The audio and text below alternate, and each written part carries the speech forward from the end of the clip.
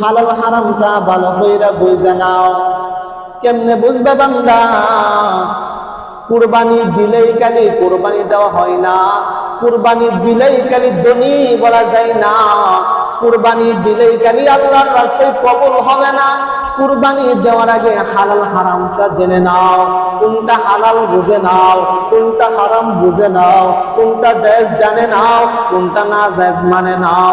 আল্লাহর রাসূল বলেন, বান্দা হালাল তরিকায় কুরবানি দিবা, সেই কুরবানির পশু আমার আল্লাহ কাল কিয়ামতের দিন তোমার সামনে দাঁড়িয়ে যাবে। তুমি দুনিয়ায় থাকতে কুরবানি দিলা, ছাগল দিলা না বকরি দিলা, উট দিলা না দুম্বা দিলা, সেটা বড় কথা না।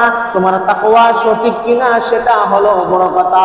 তুমি কি দিলা সেটা বড় কথা না, আমার আল্লাহর রাস্তায় কি দান করলা সেটা হলো বড় কথা।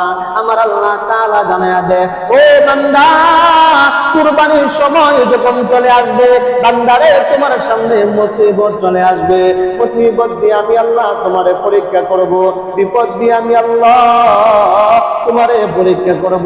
বান্দা কুরবানি থেকে দূরে সইরো না, কুরবানি থেকে মাহরুম হইও না।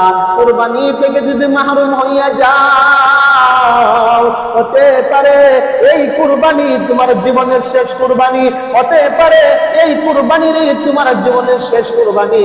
যে টাকার জন্য পেরেশানি করলা, যে টাকার জন্য কুরবানি দিলা না, যে টাকার জন্য নিজের কষ্ট দিলা, আল্লাহর হুকুম অমান্য করলা, আজকে তুমি মরে দেখো ওই টাকা তোমার সঙ্গে যাবে না। আজকে তুমি মরো না, তোমার সাদা শাড়িটাও কত টাকা দামের হয় তুমি বলতে পারবা না। কম দামি কাপড় না বেশি দামি কাপড়, দামি না কম দামি, রেশমি না সুতা, তোমার বলার কোনো ক্ষমতা নাই।